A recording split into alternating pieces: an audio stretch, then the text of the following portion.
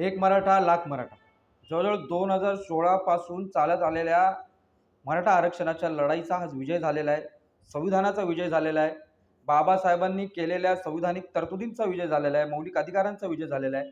आपण पाहिलं तर 29 ऑगस्ट रोजी गावाकुसातून सर्व समाज बांधव म्हणजे मराठा समाज बांधव हे मुंबईकडे आले. मुंबईकडे येऊन त्यांनी आझाद मैदानात आमरण उपोषण केलं आणि ही सर्व स्थिती ही सर्व घटना घडत असताना काल या मराठा आरक्षणाविरोधात याचिका दाखल करण्यात आली आणि याचिका दाखल केल्यानंतर कोर्टाने कडक शब्दात सरकारला सुनावलं की तुम्ही मराठा आरक्षणाच्या संदर्भात ज्या काही तरतुदी केल्या आहेत, ज्या काही सोयी केल्या आहेत त्या अत्यंत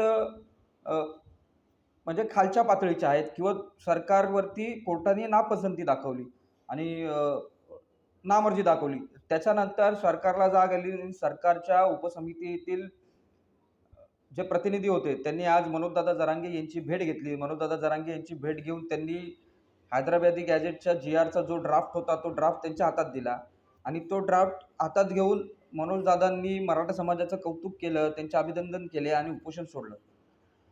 सामाजिक दृष्टीने ही गोष्ट अत्यंत आनंदाची आहे, कारण की आरक्षण हा गरिबी हटावचा कार्यक्रम नसल्यामुळे हा सामाजिक सुधारणेचा कार्यक्रम आहे आणि येणाऱ्या काळात याचाच लाभ मराठा समाजाला होणार आहे.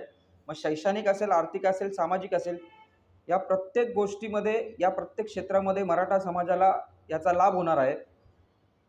त्याचबरोबर येणाऱ्या काळात या गोष्टीवरती अजून संशोधन होणार आहे आणि हे पाहणं देखील महत्त्वाचं असणार आहे की आता मागण्या तर पूर्ण झाल्या आहेत, पण याची अंमलबजावणी कशी होईल हे पाहणं गरजेचं राहील आणि त्याच्यामुळे आपल्याला अत्यंत जागरूक राहून या संबंध विषयाकडे पाहावं लागणार आहे. परत एकदा मराठा समाजाचे सर्व मराठा बांधवांचे हार्दिक अभिनंदन. अशाच पद्धतीने एकजुटीने राहू आणि एकजुटीने लढत राहू.